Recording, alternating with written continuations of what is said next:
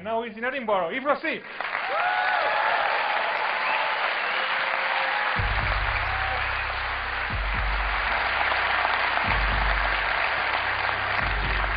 And his equipment as well.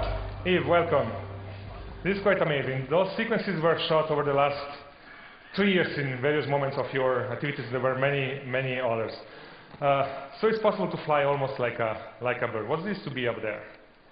It's fun. It's fun.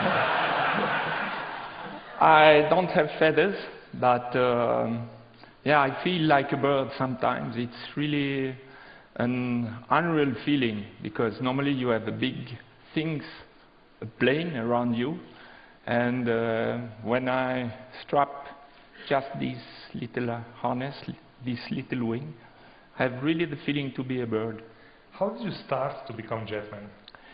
It was about 20 years ago when I did discover free falling. When you go out of an airplane, you are almost naked, you take a position like that, and especially when you take a tracking position, you have the feeling that you are flying. And that's the nearest thing to the dream. You have no machine around you. You are just in the element. It's very short and only in one direction. So the idea was, okay, keep that feelings of freedom, but change the vector and increase the time. Two tiny curiosities. What's your top speed? It's about 300 kilometers per hour before looping. That means about 190 miles per hour. And what's the weight of the equipment you're carrying? When I exit full of kerosene, I'm about 55 kilos. I have 55 kilos on my back. And you're not piloting. There is no handle, no steering, nothing. It's purely your body, and the wings become part of the body, or vice versa. That's really the goal, because if you put steering, then you reinvent the airplane. And I wanted to keep this freedom of movement, and it's really like the kid playing to the airplane. I want to go down like that, and up I climb, I turn. It's really pure flying. Describe for me the equipment, since we have it here. So, yeah, briefly, wings, 4 engines.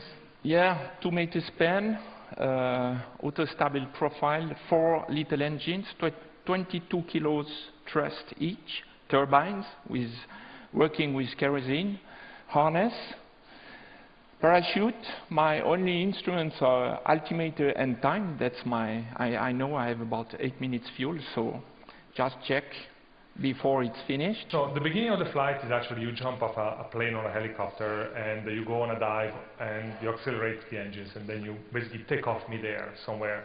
And then the landing, as you have seen arriving in this side of the channel, it's through a parachute.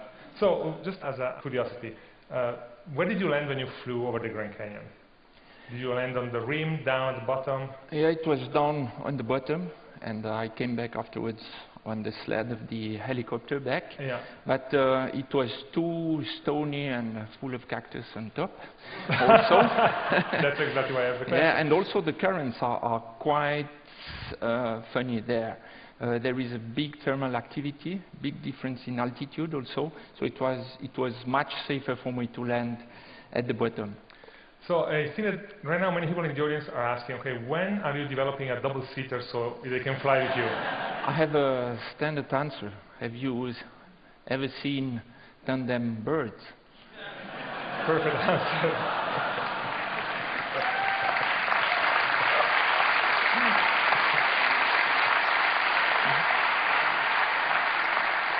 Yves, one last question. What's next for you? What's next for Jetman? First, to instruct a younger guy. I want to share it, to do formation flights. I plan to start from a cliff, like catapulted from a cliff. So instead of jumping off a plane, yes? Yes, with the final goal to take off, but with initial speed. Yeah. Really, I go step by step. It seems a little bit crazy, but it's not. It's possible to start already now. It's just too dangerous. Thanks the increase of the technology, better technology, it will be safe. And I hope it will be for everybody. Yves, thank you very much. Yves Rossy.